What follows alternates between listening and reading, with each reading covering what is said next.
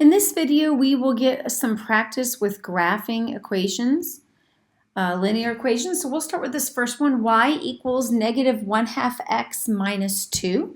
So in this example, when we want to graph in slope-intercept form, remember this was from our previous video, we always begin by looking at the b value. The b value is where it crosses the y-axis. So that already gives you one of your points. So in my case, negative 2 is one of my points. So I'm going to put a dot at negative 2 on the y-axis. And then the slope is negative 1/2.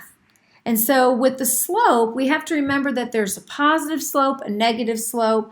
Positive ones rise up and negative ones slant down. We'll talk about the undefined ones and the zero ones later.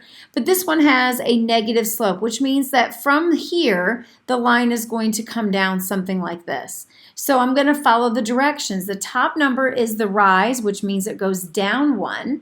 And the bottom number is the run, which means it goes to the right 2 if I want it to look negative. So down 1 to the right 2, down 1 to the right 2, down 1 to the right 2, down 1 to the right 2. And you can always continue it in the other direction if you reverse the direction. So up 1 to the left 2, up 1 to the left 2, up 1 to the left 2, up 1 to the left 2, up 1 to the left 2. And then from here, I'm ready to sketch in my graph. So my graph will look something like this. And there is the equation of that, or the line for that equation. Okay.